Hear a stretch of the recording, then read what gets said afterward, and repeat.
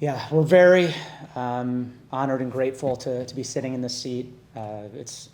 Louisville's a great opponent. We knew them pretty well beforehand.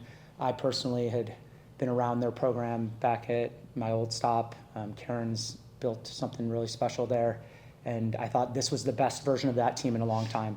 The things they do make sense on the field. They have ability to solve a lot of different problems. If I'm being honest, I didn't want to see them in the second round. Nothing personal to them, but I was kind of cheering against them because we knew it was going to be a tough game. Again, we started a little bit slow, which we were going to continue to try to address, but really proud of how the team stuck in there, held the ground, and then slowly started to gain momentum, gain territory, feed into our identity and what we like to do. It was a really, really important goal from Faith there before halftime, to put us 1-1, to give us that burst of energy. I thought her and Jocelyn were tremendous in sort of their shift up front, and then really proud of the second half that we just put out there. Just check the stat sheet, and I think it says 11-1 shots in the second half, 6-0 in corners. And so the field tilted downward in our favor, allowed us to stay on the front foot. Louisville did find a few instances to break, but when they did, I thought our defenders and our team defended with purpose and honor. And getting those 2 goals there in the second half were really awesome.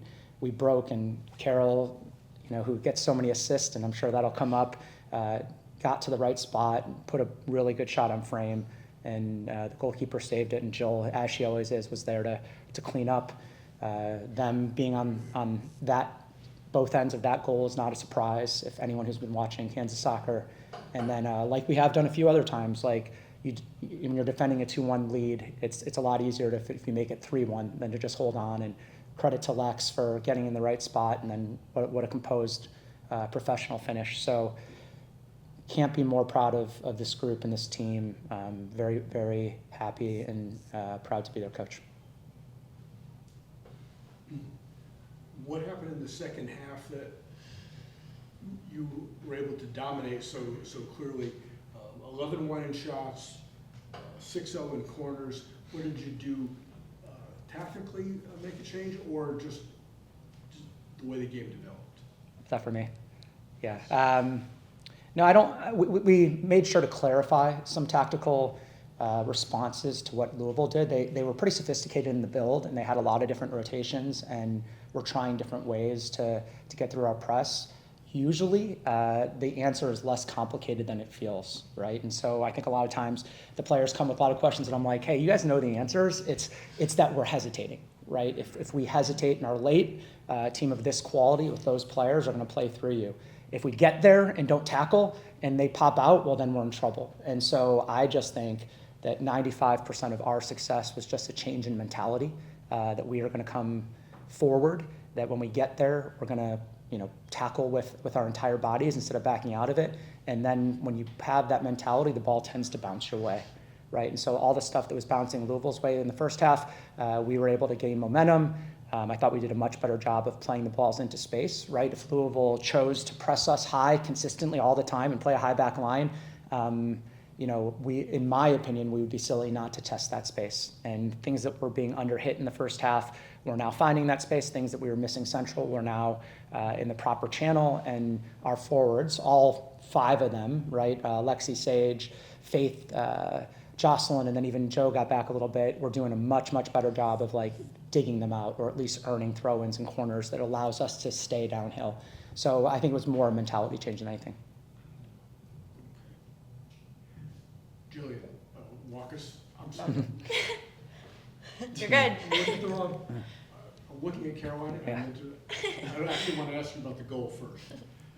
Walk us through the game winner. Yeah, I think the ball was out wide, and as always, 2 people need to be center. And since it was really high enough, I was in the box, got crossed. I could see Caroline running on my back shoulder, so I tried to just get a ball to her because I know she was wide open. And then, like she always does, hits a clean strike, goalkeeper saves it, and I'm just lucky to be there in the right spot, finish it. You're initiating the play, but also finishing it, because you kept running unmarked. essentially, Yeah. right? So I've always like passed the ball and then like follow. You have to follow it. Like you never know if the goalkeeper's gonna make a save, if it's gonna get deflected. You don't know how the ball's gonna bounce. So as long as you're in the right position, you can score. You set the school record for assists today by 2 with your 14th Oh, and 15th. yeah. Congratulations. Thank you. How have you embraced that role this year on this team? I mean, I'm just trying to help our team out the best I can. I think one of my strengths is my crosses, so just trying to put the ball in dangerous spaces, and my team's doing a great job at finishing them. So Jill always finds herself in a good position every game, and she says she's lucky to be in that spot, but she puts herself in that spot, so she deserves those goals. Was it kind of ironic that you get the record-breaking assist when you were trying to shoot the ball and score the game winner yourself? Yeah, I did try to score it, but I'm grateful for the assist. I'm just glad the ball went in the back of the net one way or the other. You're probably going to have to go through another ACC team if form holds in the nightcap. Coach, it's a tall order to come into ACC country and beat 2 ACC teams back-to-back. How do you prepare for that? If you're in the final 16, every team has earned their way there. So they had to earn their way into the tournament in the first place and had to win 2 games. So everyone's good. The ACC had all 4 Final Four teams last year, and 3 of the 4 1 seeds this year. So they're the best soccer conference. This year, the Big 12 was the second best conference.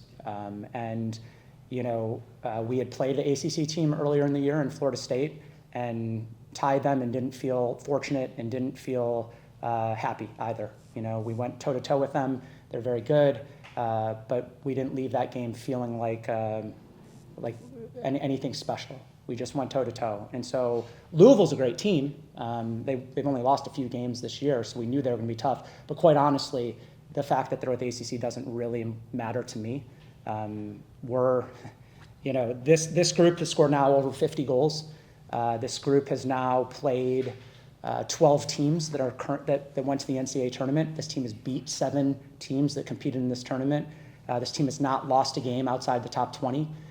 This team's for real. We listened to a podcast called College Soccer Nation, which have really respected coaches, and they talked and previewed this game, and they said that this is when the big toe gets found out, and they used Kansas as an example of a team that didn't even have a chance against Louisville. We were dismissed. I found that pretty tough. We had 5 top 50 wins this year. Louisville had 2. I think it's professional negligence to dismiss a team of this caliber. We deserve to be here. I appreciate it. We played it for our team before the game to tell them what the rest of the country thinks about this. And what I would just tell you and whoever's listening is, like, whoever we play here, whether it's UCF from our conference or Duke, Duke's one of those teams that can recruit the best 20 players in the country. There's like 7 or 8 programs. We looked at their wall, right, and saw all the NCAA tournaments, all the Final Fours, national final. Like, we very, very, very much respect anyone that we're going to play, and we know the caliber at Duke. But like, we're not really intimidated at all, if I'm being honest. Carol, you mentioned after the Cal Baptist game that in order to get an assist, the person has to score the goal. How much trust do you have in your teammates to finish those crosses and those serves that you give in? I have full faith in them. Sometimes my balls don't go exactly where I want, but they somehow still find their way on the end of them. So I just think putting it in spaces, they know we have tactics on where to put it and where to go, and I think they do a good job at getting in those spaces. You're now second in the country in assists with another game. Is that on your mind a lot to get to that country leading, or you just AJ, what's the number? 16. 16 is the highest right now. You're at 15. So is that on your mind going into this next game, or are you just going to play with the flow? Yeah, I think it always is. It definitely is going to be on my mind, but honestly, it was on my mind today. And once we started it, I didn't think about it again. Like, it's not my main focus. So I think getting there would be awesome, but the main focus at the end of the day is just winning the game. Jillian scored your 10th goal, tied Lexi Watts with the team lead. She's not here right now, but how can you speak for yourself and with her about scoring double-digit goals this year and just being the leading goal scorers of the year? for the team? Yeah, I think Lexi and I, alongside all the attackers, like we take pride in our finishing. We work really, really hard to get in the spaces and then be able to finish them, because it's one place to be able to finish them, but if you can't get into the spaces, you're never going to have a shot. So, I mean, I've learned so much from her. I'm so appreciative to have these past 2 years to play with her, just because she's a high caliber player, just like we all are. So, I mean, as long as I do my job, like that's my only goal, is like to get in my positions to help this team win, and that's all I want. And I think that's the only goal of our team. We just want to help each other and this team because we deserve it. Coach, you were down 1-0 to Colorado at half in the Big 12 tournament, came back, scored 2 in the second half to win that game. Today, you had Faith Johnson score right before half, but you're down for the majority of that first half, and then you scored 2 in the second. How do you teach or do you preach the resiliency to the team, or is that something that they bring on themselves? I think our program's built on grit and built on resilience. And, you know, these people, Caroline went through a coaching change and all the struggles that come with it. You know, Jill decided to change schools very, very late in the process. Faith, who scored the goal, was committed to a different school, and then they had a coaching change, and she made a decision in June or July to come join us at KU. Everyone has their journey, and people who signed up for this program at KU weren't doing it because, you know, we were at the top of the mountain, weren't doing it because of all the flashy stuff. They just decided to buy into something that could be special. But that needed a lot of hard work, sacrifice, dedication, all the things, unity, you know, gratitude, grit, all the things we talk about. We say we have to live it. And our job as coaches is to hold that standard all the time. And, you know, with that standard comes adversity, and the players that are here on my side, and then all their teammates just live resilience every day. And so I don't want to go down again. Like, we're going to try to fix that. It's becoming too much of a habit. But the great thing is that it never dented our belief. We knew we could come back, and when we figured we would, and, you know, just had to make some plays. This is the third time now Kansas made the Sweet 16, first time under your leadership. Is this uncharted territory for you, or how are you approaching this upcoming game now? Yeah, I mean, it is literally, right? So this is, as a head coach, my first time, you know, advancing to the Sweet 16. It's such an honor, and I feel so indebted to, you know, I'm not the one playing the game, so it is.